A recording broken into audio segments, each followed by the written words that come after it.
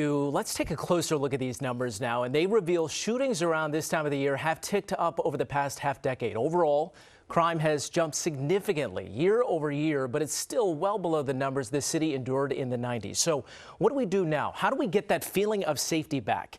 I want to bring in somebody who was on the streets fighting this surge in crime during the 90s, retired NYPD Chief of Detectives Robert Boyce. Chief, it's good to see you again.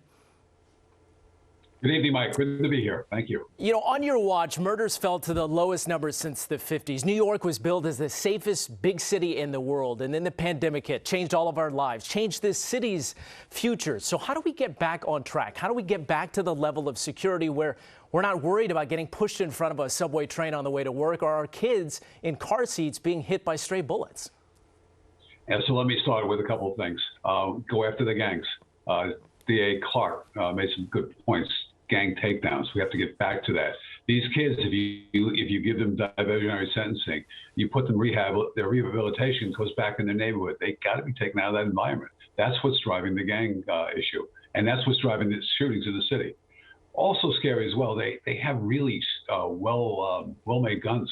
I saw 6 hours and all kinds of high-end stuff being taken off the street. Back in the 80s, you had these Saturday night specials.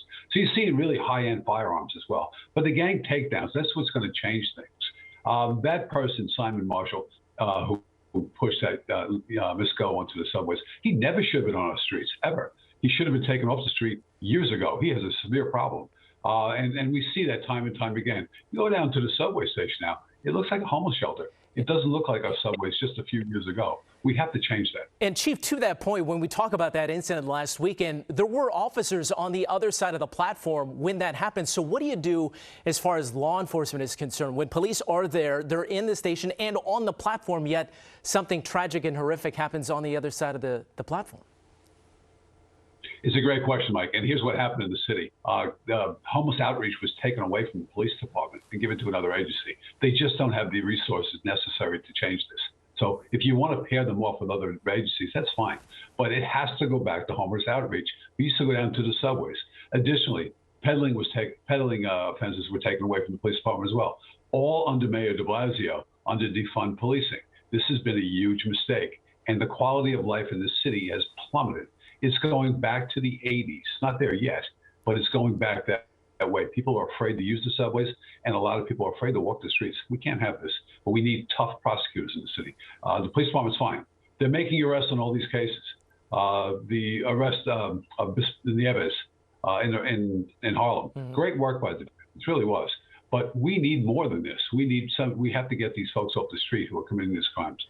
And I know the new commissioner has talked about the assistance needed from Albany, and that is a conversation that continues, because when you talk about arresting somebody, then it's one thing to put them behind bars, but when they're back out on the streets, potentially committing more crimes, that's a big issue. And I want to talk about the new commissioner because Mayor Adams came into office with his self-described swagger style, and he's taking the lead on a lot of these news conferences.